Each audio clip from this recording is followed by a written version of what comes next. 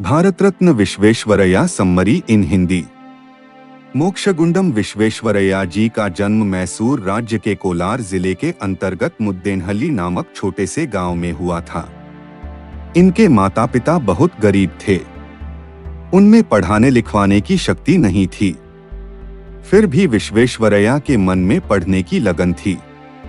प्रारंभिक शिक्षा समाप्त कर हाई स्कूल की पढ़ाई के लिए वे बेंगलुरु पहुंचे। बेंगलुरु का खर्चा चलाना मुश्किल था, अतः वे अपने एक मित्र के घर में ठहरे थे। सेंट्रल कॉलेज से बीए उत्तीर्ण किया।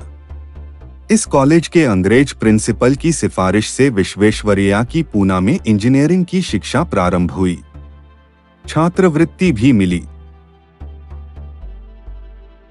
विश्वेश्वरैया की ख्याति और पदोन्नति देख कुछ इंजीनियर उनसे ईर्ष्या करने लगे थे, क्योंकि कम उम्र में अधिक वेतन इन्हीं को मिलता था और सभी इन्हीं की सलाह लेते थे। हैदराबाद के नवाब के सामने एक बड़ी समस्या थी मूसी नदी में हर वर्ष बाढ़ आना। इससे काफी नुकसान होता था। विश्वेश्वरैया ने बांध बनवाया, नालियों का इंतजाम किया और हैदराबाद को सुंदर नगर बनाने की योजना बनाई। उसी का परिणाम है बागयाम गार्डन। विश्वेश्वरैया ने अपनी मातृभूमि की सेवा करने में आनंद का अनुभव किया। उनकी कार्यकुशलता से प्रभावित होकर मैसूर के राजा ने अपना दीवान नियुक्त किया।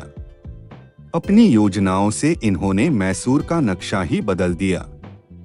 राज्य में सुधार किया, कारखाने खोले, बिजली का उत्पादन किया, सिंचाई की व्यवस्था की, राज्य की आमदनी बढ़ाई। आज का मैसूर राज्य या कर्नाटक विश्वेश्वरैया के अथक प्रयत्न का परिणाम है।